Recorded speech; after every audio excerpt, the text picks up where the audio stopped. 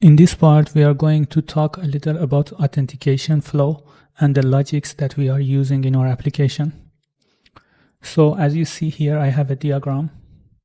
It shows AWS Amplify and Amazon Cognito. If you remember, we create the Amazon Cognito resource using AWS CDK.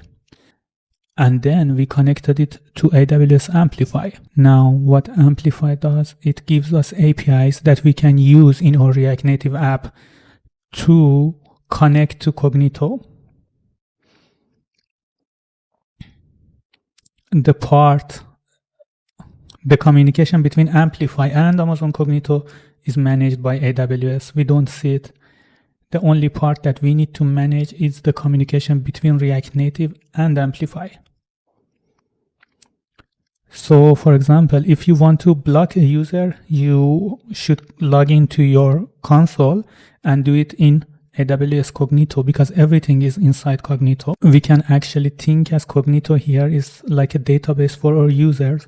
All the user information saved in Cognito, but to access that, we need AWS Amplify. When user starts the app, we call a function called getCurrentUser and check if a user is already logged in or not. If the user logged in, we just show them the main flow.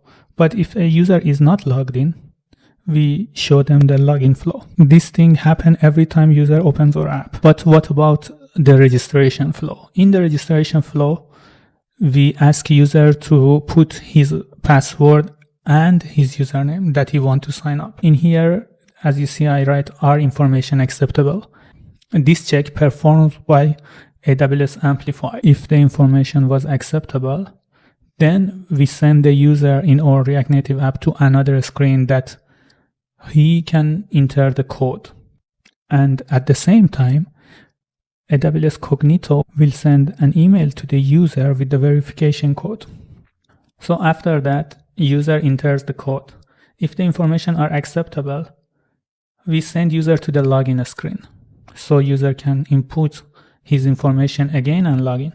If not, we show the error to the user. Actually, a better user experience, if you want to use it in production, is to save the password in this step.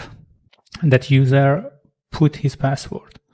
Save the password, and then when user enters the code, you can just call another API from Amplify and log the user in, so you don't need to send the user to login screen again.